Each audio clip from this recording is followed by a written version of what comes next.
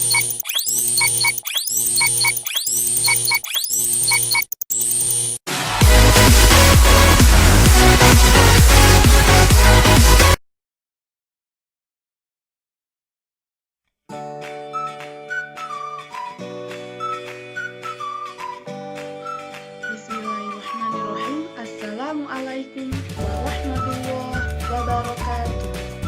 Selamat pagi anak-anak. Bagaimana kabar kalian hari ini? Mudah-mudahan kita semua tetap dalam lindungan Allah Subhanahu wa Ta'ala. Nah, baik anak-anakku, sudah siap untuk belajar hari ini? Oke, pasti kalian sudah siap untuk belajar. Baik, sebelum kalian menyimak video ini lebih lanjut, siapkan buku tulis dan pensil untuk mencatat materi hari ini. Oke? Nah, anak-anak, pada pagi hari ini kita akan belajar tema 1, indahnya kebersamaan, subtema 2, kebersamaan dalam keberagaman, pada pembelajaran 3. Nah, anak-anak, apa sih yang akan kita pelajari hari ini? Ada yang tahu? Nah, hari ini kita akan belajar mengenal sifat-sifat bunyi dan keterkaitannya dengan indera pendengaran. Sebelum kita memulai pembelajaran hari ini, marilah kita berdoa. Berdoa mulai. Rabbi zidni ilma warzuqni fahma. Amin. Ya, sebelumnya kalian sudah pernah mencatat atau merangkum di buku tulis kalian tentang bunyi. Nah, kalian pasti sudah tahu tentang bunyi. Seperti yang kita ketahui bersama bahwa bunyi suara kereta api yang sedang melintas, suara kicauan burung, dan suara orang mendengkur sangat jelas berbeda. Bunyi sangat berkaitan erat dengan kehidupan kita sehari-hari. Saat kita tidak bersuara pun akan menghasilkan bunyi. Nah, definisi dari bunyi yaitu bunyi merupakan hasil dari getaran suatu benda yang merambat dalam bentuk gelombang. Oleh karena itu, bunyi sering disebut sebagai gelombang bunyi. Bunyi dihasilkan oleh benda-benda yang bergetar. Nah, adapun sifat-sifat bunyi yaitu yang ke-1 termasuk gelombang longitudinal atau gelombang yang arah rambatnya sejajar dengan arah getarnya. 2. Perambatannya membutuhkan medium. 3. Dapat dipantulkan. Kemudian ada sumber-sumber bunyi. Setiap benda yang bergetar pasti akan menghasilkan bunyi. Benda-benda itu dinamakan sumber bunyi. Sumber bunyi adalah benda-benda yang dapat menghasilkan bunyi. Sumber bunyi adalah benda-benda yang dapat menghasilkan bunyi. Contoh sumber bunyi adalah garpu tala, alat-alat musik seperti gamelan, suling, dan trompet, serta benda-benda lain seperti drum dan beduk yang dipukul. Kemudian ada jenis-jenis bunyi. Bunyi mempunyai jenis yang berbeda-beda. Hal ini bergantung dari frekuensinya. Frekuensi adalah banyaknya getaran yang terjadi setiap 1 detik. Frekuensi adalah banyaknya getaran yang terjadi setiap 1 detik. Satuan frekuensi adalah Hertz atau disingkat menjadi Hz.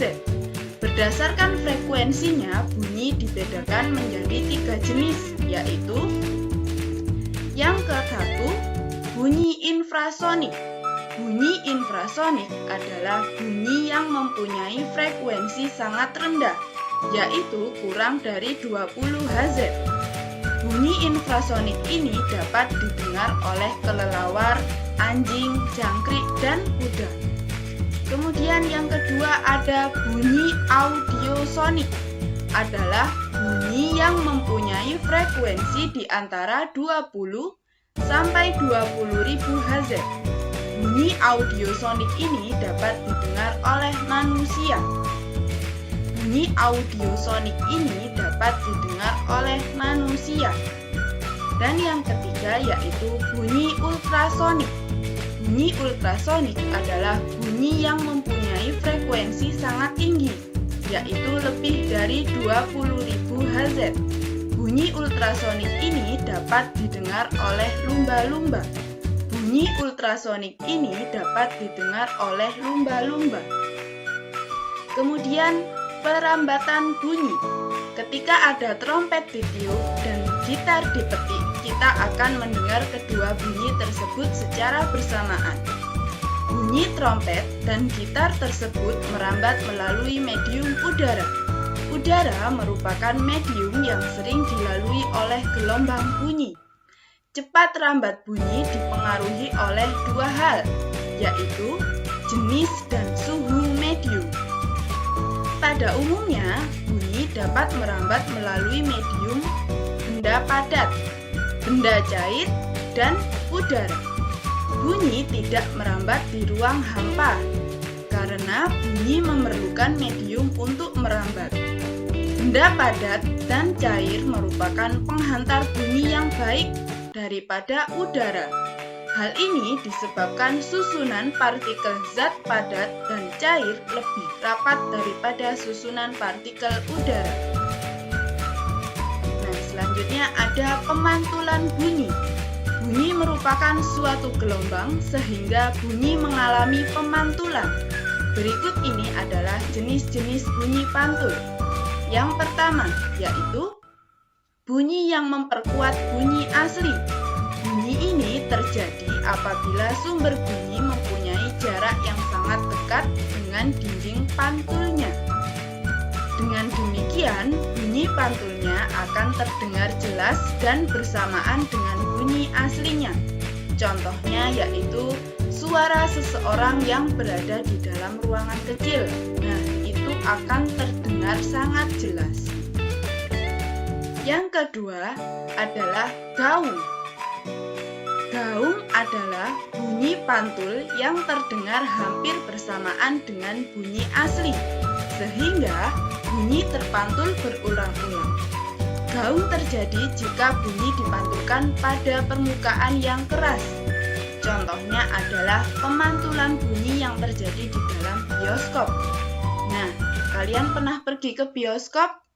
Nah, di dalam bioskop itu terdapat dinding-dinding atau gedung konser yang dilapisi oleh bahan-bahan yang lunak seperti karpet, busa karet, dan gabus. Kemudian yang ketiga ada gema. Gema adalah bunyi pantul yang terdengar setelah bunyi asli. Gema terjadi karena jarak antara sumber bunyi dengan dinding pantulnya. Contohnya adalah bunyi pantul yang dihasilkan oleh dinding antarbangun dan dasar suatu ruangan. Nah, anak-anak, di video sebelumnya kalian sudah belajar tentang indera pendengaran. Nah, masih ingatkah kalian tentang indera pendengaran? Ya, indera pendengaran manusia adalah telinga. Telinga merupakan salah satu panca indera. Kita mendengar bunyi dengan telinga. Selain berfungsi sebagai alat pendengaran, telinga juga berfungsi sebagai alat keseimbangan tubuh. Secara umum, struktur telinga manusia dibagi menjadi 3, yaitu telinga luar, telinga tengah, dan telinga dalam. Telinga luar. Fungsi utama telinga bagian luar ini adalah untuk menangkap bunyi dari lingkungan yang kemudian diteruskan ke telinga tengah. Adapun bagian-bagian dari telinga luar, yaitu 1. Daun telinga, berfungsi mengumpulkan dan menyalurkan bunyi ke liang telinga. 2. Lubang telinga, yaitu berfungsi sebagai tempat masuknya bunyi ke liang telinga. 3. Tiang telinga, berfungsi meneruskan bunyi ke gendang telinga. Selanjutnya ada telinga tengah. Fungsi utama telinga tengah, bagian tengah ini adalah untuk mengubah gelombang bunyi yang ditangkap telinga luar menjadi getaran. Adapun bagian-bagian dari telinga bagian tengah ini, yaitu yang pertama, gendang telinga. Gendang telinga berfungsi mengubah bunyi menjadi getaran. Kedua, telinga tulang pendengaran. Telinga tulang pendengaran itu terbagi menjadi 3, yaitu berfungsi memperkuat dan menghantar getaran ke saluran telinga yang lebih dalam. 3. Saluran eustasius berfungsi menghubungkan ruang telinga tengah dan furing. Furing adalah bagian yang menghubungkan mulut dengan kerongkongan. Ada telinga dalam. Fungsi utama telinga bagian dalam ini adalah untuk mengubah getaran dari telinga tengah menjadi impuls listrik dan meneruskannya melalui saraf menuju otak. Adapun bagian-bagian dari telinga dalam, yaitu yang pertama, saluran tengah lingkaran berfungsi membantu mempertahankan keseimbangan tubuh. 2. Kolea atau rumah siput berfungsi menerima dan meneruskan getaran bunyi ke saraf pendengaran. Ketiga, tingkap jorong atau pendengaran, yaitu berfungsi meneruskan bunyi ke otak.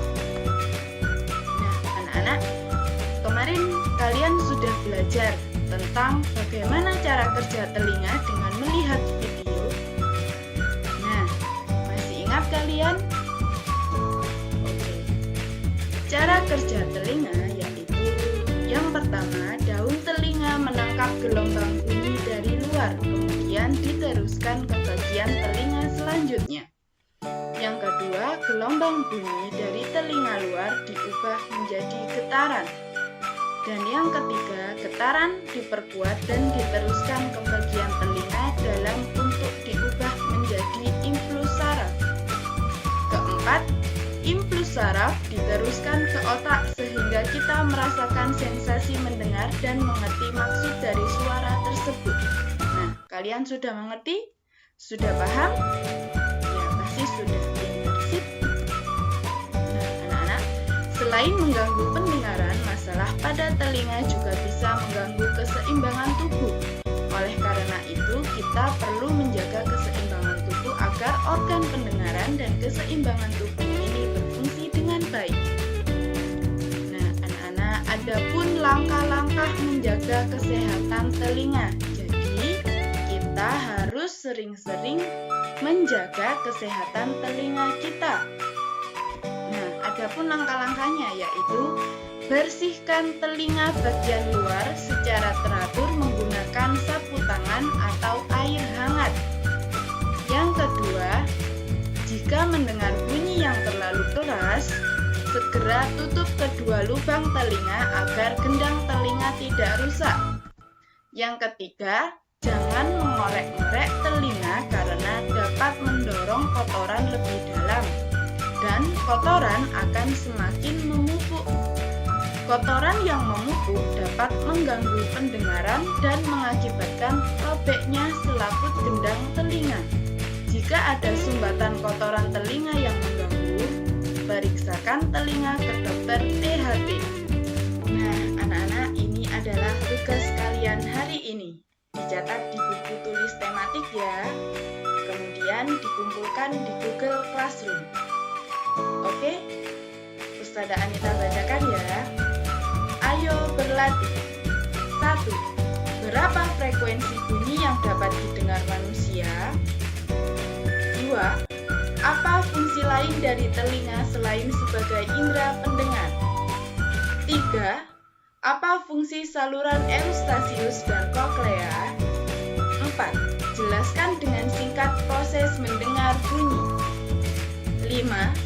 Mengapa kita sebaiknya menjauhi bunyi yang terlalu keras? Alhamdulillah, sekian video pembelajaran pada pagi hari ini. Apabila banyak salah kata, Ustazah ucapkan mohon maaf. Selamat belajar anak-anak, mudah-mudahan diberi kemudahan oleh Allah serta mendapat ilmu yang bermanfaat dunia dan di akhirat. Terima kasih. Wassalamualaikum warahmatullahi wabarakatuh.